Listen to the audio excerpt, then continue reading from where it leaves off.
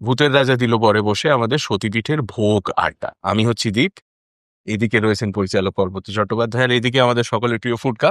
আচ্ছা, ভোগের ব্যাপারে একটা প্রশ্ন দিয়ে শুরু করি, তোমাকেই জিজ্ঞেস করি। হোক। ঠাকুরের ভোগ বলতে আমরা ধরে নিই নিরামিষ খাবার, কিন্তু কিছু জায়গায় খাবারে আমিষ থাকে, যেমন আমাদের কালীঘাট। একদম। কেন এই তফাৎটা কেন? ধরো আমরা যদি আমাদের চেনাশোনা পুজোগুলোকে ধরি, দুটো ভাগে ভাগ করা যায়।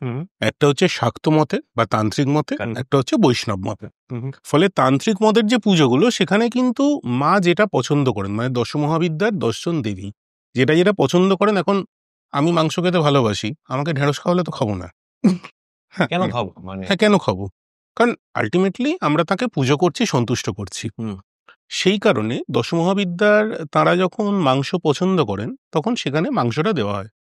তার মধ্যে কামাখ্যা আছে, তার মধ্যে কালীঘাট আছে, তার মধ্যে বর্গভীমা আছে, তার মধ্যে আরো বেশ কিছু জায়গা আছে। আচ্ছা, সিমিলারলি যখন আমরা পুরীর মন্দিরে চলে যাই, জগন্নাথ মন্দির, সেখানে তার পুজোটা কিন্তু হচ্ছে বৈষ্ণব মতে। ফলে সেখানে পিওর নিরামিষ ডেলিকেসিস, রাইট মানে তার মধ্যে সরের পায়েস, মালপোয়া, হেনা তেনা অনেক কিছু। রাইট। আচ্ছা, এবার একটা কথা বলো। ভারতবর্ষের নানান মন্দিরে ভোগ নিবেদন আলাদা আলাদা ভাবে হয়। মানে এই যে একটা দোকানের নাম আছে 56 ভোগ, সেটা তো অ্যাকচুয়ালি 56 ভোগটাও তো ইজ এ থিং। 56 রকমের ভোগ বা 56টা আইটেম দিয়ে হয়তো ভোগটা দেওয়া হচ্ছে। এবার সেখানে কি হয়, ভারতবর্ষ একটা এমন দেশ যার মধ্যে অনেকগুলো দেশের কালচার মিলে মিশে এক জায়গায় এসে গেছে। ইটস লাইক দিস খিচুড়ি, প্রচুর জিনিসপত্রের একটা অ্যামালগামেশন। ফলে সেখানে মানে ভোগ আলাদা আলাদা হবে, এটা তো খুব স্বাভাবিক। মানে কাশ্মীরে যেটা দেওয়া হবে ডেফিনেটলি আমরা পশ্চিমবঙ্গে দেবো না, বা ডেফিনেটলি সেটা হয়তো মাদুরাই মন্দিরে দক্ষিণ ভারতে দেওয়া হবে না। ওই জন্য এত ভ্যারাইটি, আমাদের দেশের মতো সবাই মিলেমিশে আছে। সেটার সঙ্গে কি খানিকটা সেই এলাকায় কি গজায়, কি চাষ হয়, এই জিনিসগুলোর সম্পর্ক? ডেফিনেটলি ঠাকুর দেবতারা বাড়ির মানুষ, তাদের আমাদের বাড়িতে যেটা হয় সেটাকে গুছিয়ে গাছিয়ে বেড়ে বুড়ে খাবার দাবার দেওয়া হবে।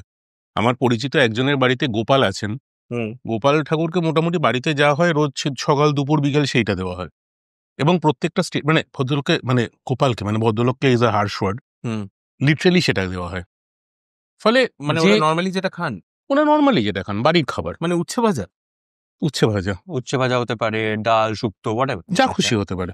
তিনি মনে করেন আমি যেটা খাচ্ছি আমার ঠাকুরকে আমি সেটাই দেবো। খুব চিল্ড আউট ঠাকুর আর কি। একদম, ঠাকুররা বরাবরই খুব চিল্ড আউট, মানে জীবনে কোনো চাপ নেই তাদের। আমরা চাপটা আমরা নিই, আমরা করে ফেলেছি সেটা অন্য প্রশ্ন, কিন্তু তারা খুব চিল্ড আউট জনতা।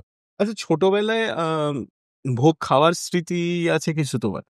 এতক্ষণ ধরে খাচ্ছি এই ল্যাবড়ানো খিচুড়ি, যেটাকে বলা হয় semi running khichuri. Semi running, it's not fully running. Semi running khichuri, একটা লাবড়া, বাঁধাকপি, যেমন পুজোয় হয় না ওই ছোটরা সার্ভ করে অষ্টমীর দিন, আর যার ওপর ক্রাশ তাকে মানে আলু কপির কপিগুলো বেছে বেছে দেওয়া হয়। হ্যাঁ, মানে কপি মানে আমি ওই কপি বলছি না, জাগে কোনো একটা কপি বেছে বুছে দেওয়া হয়, দিয়ে আশা করা হয় তিনি হ্যাঁ বলবেন, সন্ধ্যেবেলা বেরোবেন কপি খেয়ে। মানে এই বোকামোগুলো জানি না আমি এখন কেউ করে কিনা আর কি, এটাই মনে আছে আর কি। ও হ্যাঁ, সরস্বতী পূজার দধিকর্মা, that is very important. Fish ফ্রাইটা ভালো লাগছে? ফিশ ফ্রাইটা ভালো, এই কচুরিটা দারুণ। তুমি কচুরিটা চাটনি দিয়ে খাচ্ছ? হ্যাঁ, কেননা সল্ট অ্যান্ড সুইট, মিষ্টি এবং নোনতার একটা অদ্ভুত কম্বিনেশন, তার সঙ্গে একটা হট অ্যান্ড কোল্ড এর কম্বিনেশন জুড়েছে, যেটা কিন্তু অনবদ্য। কখনো ফুড ব্লগিং এর কথা ভেবেছো? হ্যাঁ, ভাবছি। মিষ্টি নোনতা হট অ্যান্ড কোল্ড একসঙ্গে ভালো লাগছে? আচ্ছা, পরের বার গরম টোস্টের উপর আইসক্রিম লাগিয়ে দিই, দারুণ লাগে। আচ্ছা, একটা কথা বলো, এই যে ভোগের মাংস যেটা পেঁয়াজ রসুন ছাড়া যেটা রান্না, সেটা তোমার কেমন লাগে? খেয়েছো কখন? হ্যাঁ, খেয়েছি, বহুবার খেয়েছি। আমি সত্যি কথা বলছি, দেখো আমার কাছে মাংস মানে পাঁঠার মাংসর যে পদটা আমার সব থেকে প্রিয়, সেটা হচ্ছে যে আমাদের সাধারণ বাঙালি বাড়িতে রোববার দিন যেটা হয়, তো ওটার স্বাদটা এমন একটা ইউনিক স্বাদ, এবং যেটা এমন ভাবে মানে আমার মুখে লেগে আছে। আমার না মাটন খুব কম অন্য জিনিস ভালো লাগে। তো নিরামিষ মাংসটা তার কি বলবো, মানে তার ভক্তিগুণে বা তার দ্রব্যগুণে খেয়েছি, যে মানে জাস্ট খাবারের জায়গা থেকে বলছি, পিওরলি মানে গ্যাস্ট্রোনমিক্যাল কোয়ালিটির জায়গা থেকে বলছি, মানে ভক্তির জায়গা থেকে বা ঈশ্বর ভাব মানে ঈশ্বর ভক্তির জায়গা থেকে বলছি না কথাটা, পিওরলি খাবারের খেতে কেমনের জায়গা থেকে যে দুর্দান্ত খেতে এমনটা বলতে পারো, আমার লাগেনি অন্তত। আচ্ছা, তোমায় তো খুব মন্দিরে যাওয়া পাবলিক বলে মনে হয় না? না, কিন্তু আমি ঈশ্বর বিশ্বাসী। আমি খুবই যে খুব প্রাতিষ্ঠানিক তা নই, মানে সব একটা মানে মন্দির যাত্রা করলাম, মসজিদ যাত্রা করলাম, গির্জা যাত্রা করলাম, ওরকম নয়, কিন্তু আমি ঈশ্বর বিশ্বাসী। কলকাতার বাইরে কোনো মন্দিরে গেছো, ভোগ খেয়েছো বলে মনে আছে? কামাখ্যা গেছি, ওই বলো উজ্জয়নের যে মহাকাল মন্দির, ওটাতে গেছি। ছোটবেলায় আমার মনে আছে ওটা আমার প্রথম বড় কোনো মন্দির যাত্রা, সেটা হচ্ছে জগন্নাথ পুরী। বাঙালি ভীষণ ভাবে যায়, দলে দলে যান। ভোগের থেকেও যেটা বেশি আমার মনে আছে সেটা হচ্ছে যে ওখানে না ঢোকার সময় একজন মানুষ দাঁড়িয়ে থাকেন এবং তার হাতে দুটো লাঠি মতো থাকে, সেটা দিয়ে ভীষণ জোরে জোরে মারে। ঠিক আছে, এবার আমার হ্যাঁ, তো সেটা তো আমি জানি না, ওরম আশীর্বাদ তো তার আগে আমি কখনো কারোর কাছ থেকে পাইনি। আমার তখন 10 বছর বয়স ছিল। তুমি ওকে আশীর্বাদ করে দিয়েছো? না, মানে আমার ইচ্ছে করছিল করতে আর কি। আমি ঢুকতে গেছি, কাটাং করে মেরেছে মাথায়। আমি কি বাবা, মাথার চাঁদি ফুটফুটায়। তারপর শুনলাম যে ওটা আশীর্বাদ। আমার মনে আছে আমি যখন ক্লাস 9-10 পড়ি, তখন ইসকন মানে মায়াপুর গেছিলাম আর কি। তো ওই বয়সে আমরা বাঙালি পরিবারে বড় হয়েছি, নিরামিষ তো বড় একটা খাবার চটটন খুব একটা ছিল না। তো ওখানে গিয়ে আমরা 2 দিন থাকবো ঠিক হয়েছিল, এবং 2 দিনই সম্পূর্ণ নিরামিষ খেতে হবে। সর্বনাশ করেছে। সেটা খুব একটা কাজের কথা বলে আমার মনে হয়নি আর কি প্রথমে, অ্যাজ অ্যান আইডিয়া। খুব একটা যে ভালো লেগেছিল এমনটা নয়। তুমি মায়াপুরে মাংস পেশ করে নিয়ে গেছো? আবার না, সেটা অত কিছু করিনি। মায়াপুরে মাংস কেমন জটায়ুর মতো শুনতে লাগে। না, সেটা কখনোই করিনি, নিশ্চয়ই না। কিন্তু ওই মায়াপুরের ওই ভিতরের যে রান্না যেটা হয়, যে ভোগটা রান্না হয় করে বিতরণ করা হয়, এটা নিরামিষ নিশ্চয়ই, কিন্তু 2 দিন কিন্তু সত্যি বলছি আমি আমিষ খাবারের অভাবটা বোধ করিনি। সত্যি সত্যি চমৎকার, মানে যে রান্নাটা করা হয় দারুণ। আমি নিজের একটা ছোট্ট অভিজ্ঞতা বলে রেখে, প্রচন্ড ফাংশনাল প্রসাদ বা ভোগ বা যাই বলতে চাও, সেটা হচ্ছে চামুণ্ডেশ্বরীর মন্দির আছে মাইসোরে, ঠিক চামুন্ডি হিলের ওপরে। এবার সেখানে আমি তো যাচ্ছি ছবি তুলতে, 7 সকালে ঘুম থেকে উঠে সানরাইজের একটু আগে বেরিয়ে চলে গেছি। এবার ঘুম থেকে উঠেই তো খেতে ইচ্ছে করে না, কাজে কিছু খাওয়া হয়নি। এবার আমরা গেছি, গিয়ে আমি দেখছি কি ব্যাপার, এত বিখ্যাত মন্দির, তো দর্শনার্থীর থেকে পুরোহিতের সংখ্যা বেশি। তারপর আমার খেয়াল হলো, ও না, আজকে তো বৃহস্পতিবার, মানে মানুষের তো জীবনে কাজ টাজ থাকে, আমার মতো তো সবাই বেকার নয়। গট করে ভেতরে ঢুকে গেলাম, গর্ভগৃহ অব্দি চলে গেলাম, দর্শন টর্শন সব হয়ে গেল, কোথা থেকে কি ছবি তুলবো ভাবা হয়ে গেল। তারপর মানে প্রচন্ড খিদে পেয়েছে, আর তখনও 7টাও বাজেনি। আচ্ছা, কাজেই ওখানে একটাও দোকান খোলা নেই। মানে এবার খেতে গেলে আমায় পাহাড় থেকে নিচে নেমে মাইসোরের ভেতর খাবারের জায়গা খুঁজতে হবে, ততক্ষণে আমি অজ্ঞান টজ্ঞান হয়ে যাবো আর কি। মিলিয়েও যেতে পারো। হ্যাঁ, মিলিয়ে গেলে। হ্যাঁ, এবার তখন আমার হঠাৎ করে খেয়াল হলো যে এদের প্রসাদের একটা ভালো সিস্টেম আছে, সুন্দর একটা কাউন্টার আছে, সেখানে গিয়ে তুমি টাকা দিয়ে দাও, প্রসাদটা সিল করা প্যাকেটে তোমায় দেবে। বাহ, আচ্ছা, প্রসাদটাও তো বেসিক্যালি খাবার, চলবে। কে কে সব বলে রেখেছিল যে আমাদের জন্য নিয়ে আসবি মন্দিরের প্রসাদ, তাই জন্য একটা দুটো প্যাকেট নিলাম, নিজের জন্য একটা নিলাম, নিয়ে মন্দিরের বাইরে বেরিয়ে খুলে দেখি পেটোর সাইজের 2টো লাড্ডু, এত বড় বড়। আচ্ছা, বাহ, এই হচ্ছে ব্রেকফাস্ট। আশীর্বাদও হবে, ক্যালোরিজও হবে, সবই হবে। এই মিষ্টি বলতে মনে পড়লো আমার, এটা আমার মনে পড়ে গেল। আমি যখন ইউনিভার্সিটিতে পড়তাম, তখন আমি খুবই মানে অনেকটা সময় ঘোরাফেরা করতাম দোহার বলে যে গানের দলটি, তাদের সঙ্গে। তো ওদের একবার একটা শো হয়েছে আবার ওই নবদ্বীপে, তো ওখানে ওদের সঙ্গে আমি গেছি। এবার গিয়ে সেটা নবদ্বীপে ওই আশ্রমের ভিতরে নয়, বাইরে একটা ছোটখাটো কোনো অন্য জায়গায়। তো সবাই বলাই বাহুল্য ওখানে বৈষ্ণব, তো ওরা এসে বললেন যে আপনাদের কিঞ্চিৎ জলযোগ আপনারা করতে চান। তখন প্রসাদ দা ভেরি মাচ, কালিকা দা তখন ভীষণভাবে দোহারের প্রাণ পুরুষ আর, কিন্তু আমি টকিং অ্যাবাউট 2002 আর কি। তো কালিকা দা বলেছে যে হ্যাঁ, আমিও খুব মানে খাবার জন্য উদ্গ্রীব হয়ে আছি। এবার দেখলাম এরম সাইজের থালায় যেটা এলো, এবার আমি না ভাবছি যে আচ্ছা ঠিক আছে, মানে সবই তো মিষ্টি, মানে জলযোগ বা জলখাবার বলতে আমরা এই জন্য এটা একটুখানি কচুরি আছে, এটা অন্য অনেক কিছু তার সঙ্গে মিষ্টি আছে, মানে এটা তো ব্যালেন্স থাকবে, কথা সব নেই। তো আবার তখন সকলে এত খিদে পেয়ে সকলে খেতে আরম্ভ করেছে। এবার আমি না 2-3টের পর আর এগোতে পারিনি। আমি যে মিষ্টি অপছন্দ করি একেবারেই তা না, খুবই পছন্দ করি, কিন্তু মিষ্টি কত খাওয়া যায়, ননস্টপ মিষ্টি খেয়ে যাওয়া যায় না। প্রসাদ দাকে দেখলাম আমি যে প্রসাদ দা প্রায় পুরো মানে এটা শেষ করলো, করার পর তখন এই যে ভাতের যে মন্ডটা আছে, এই যে এরম সাইজের একটা, কি নাম বলে ওরা, হ্যাঁ ওটাকে একটা বড় একটা মিষ্টি সামভোগ, ওটা কিছু একটা ছিল, সামমোহন ভোগ, কিছু গোপাল ভোগ, কিছু একটা এত বড় একটা জিনিস, এটা অনেকক্ষণ ধরে সামনে পড়ে। ওইটা ভেঙে ওটা যখন প্রসাদদা মুখে দিলেন আর কি, দিয়ে তারপর আর পারেননি, তারপর আমাকে বললেন যে আহ ওরা তো সিলেটি, পুরো কালিকাতারা তো সিলেটি, তো ওদের একটু ভাষার টানটা আছে, গরম ফ্যাটটা কেমন গুলায় হয়ে গেছে মিষ্টিটা টানা অনেকক্ষণ ধরে। কখনো কোথাও ভোগ বা প্রসাদ খেতে গিয়ে একটু হোঁচট খেয়েছো যে হ্যাঁ এটা কি, এই টাইপের কোনো অভিজ্ঞতা হয়েছে? কলকাতায় আছে, তুমি জানবে, ট্যাংরায় চাইনিজ কালীবাড়ি, হ্যাঁ অফকোর্স, চাউমিন প্রসাদে প্রসাদ, পাওয়া। হ্যাঁ হ্যাঁ হ্যাঁ। লাভলি। ফলে সে বস্তু আমি ভারতবর্ষে কোথাও দেখেছি বলে মনে পড়ছে না। হ্যাঁ। চাউমিন প্রসাদে দেওয়া হচ্ছে কালী পুজোর প্রসাদে, সেটা আমি জানি না আপনারাও কতজন দেখেছেন, তুমি তো ডেফিনেটলি তার পুরোটাই জানবে। আমি খেয়েওছি। খেয়েছো? আমিও খেয়েছি, কিন্তু সেটা আমার খুব অদ্ভুত লেগেছিল, খুব মানে আশ্চর্য হয়েছিলাম জিনিসটা দেখে। এই আমিষ ভোগ নিরামিষ ভোগ এই যে বিষয়টা, এটাতে না মানে আমি নিজে, এটা আসলে উনি যেটা বললেন সেটা তো একটা হচ্ছে ধর্ম মতে, মানে একটা তান্ত্রিক মতে, একটা বৈষ্ণব মতে পুজো ইত্যাদি।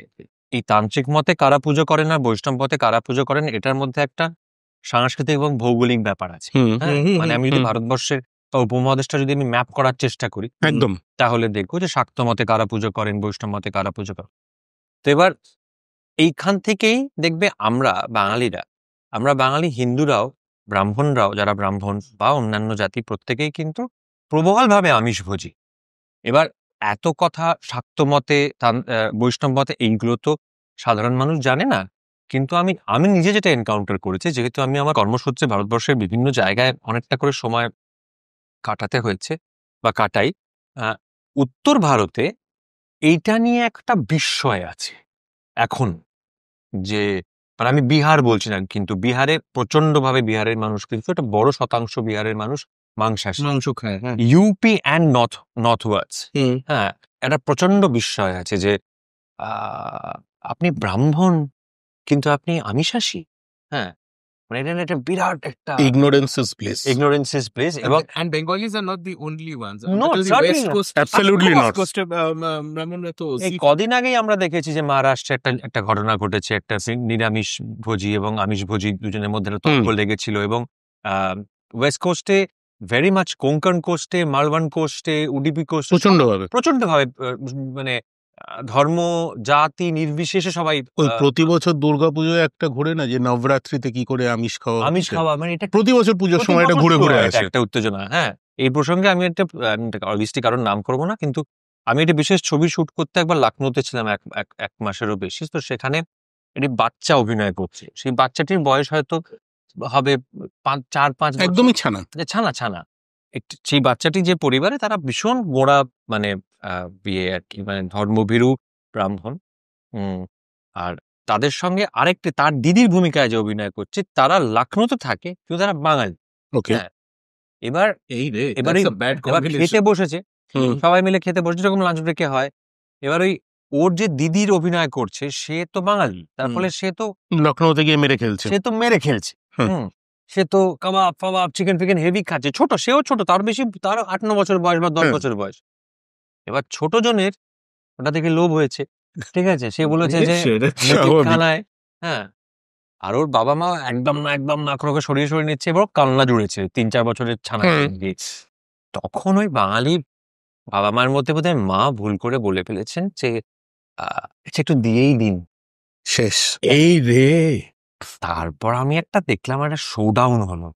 হ্যাঁ, মানে আমি ডেফিনেটলি মনে করি যে মানে খাদ্যাভ্যাস, ধর্ম অভ্যেস, এগুলো সমস্ত ব্যক্তিগত জিনিস, বিশ্বাসের জায়গায়, এটাতে কারোর কোনো রকম ভাবে মানে অনধিকার চর্চা করতে নেই, প্রত্যেকের ব্যক্তিগত জিনিস। কিন্তু এক্ষেত্রে একটা বাচ্চা তো, ভদ্রমহিলা এত কাঁদছে, ভদ্রমহিলা নিজেও উনি একজন মা, উনি বলে ফেলেছে ঠিক আছে, মুখ থেকে বেরিয়ে গেছে এটা নিয়ে। বাট আমি এটা দেখেছি যে লার্জলি উত্তর ভারতীয়দের সঙ্গে পূর্ব বা পশ্চিম আর দক্ষিণ ভারতীয়দের খাবারের একটা অভ্যেসের একটা ক্ল্যাশ চলে। এবং মানে ওই যেটা তুমি বললে যে ইগনোরেন্স ইজ ব্লিস, এটার সঙ্গে যে ধর্মের কোনো যোগাযোগ নেই অ্যাকচুয়ালি, এটা কোথাও তারা জানেন না, বা তাদের এই জিনিসটা পড়াশোনাটা করা জানতে চানো না। আমি একটা স্লাইটলি অন্য পার্সপেক্টিভ যদি নিয়ে আসতে পারি, এটা কয়েক বছর আগে একটা রিসার্চ পেপার পড়তে আমি পেয়েছিলাম। সেটা হচ্ছে নর্থ ইন্ডিয়াতে তুমি দেখবে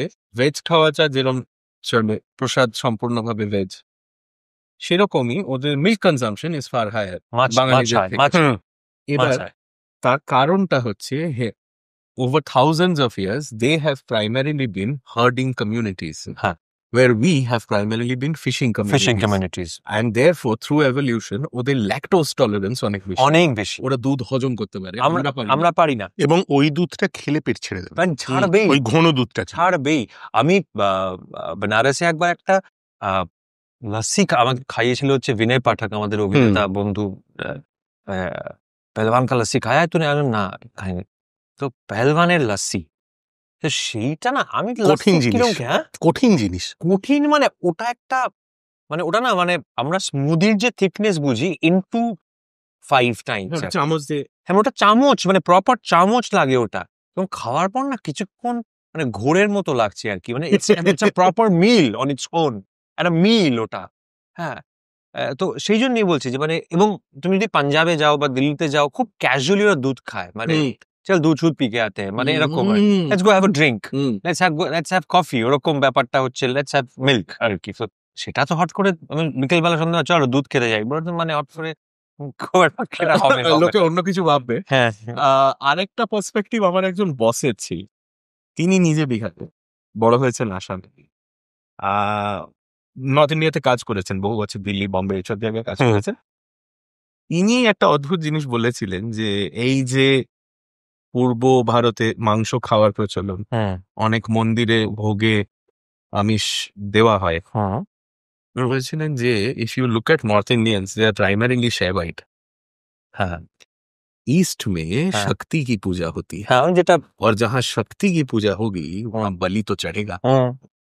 এটা কিন্তু একটা ইন্টারেস্টিং, একটা পার্সপেক্টিভ, একটা ইন্টারেস্টিং পার্সপেক্টিভ। আমাদের আজকের এই ভোগের আড্ডাটার ইতি আমি এখানেই টানছি। এই দেখুন পটল, এই আমি তুললাম। দীপ পটলটা খেতে থাকুক, চিবোতে থাকুক। আমি জানি না ও সবকিছু ছেড়ে দিয়ে কেন পটল খাচ্ছে, তুলবে না আশা করছি।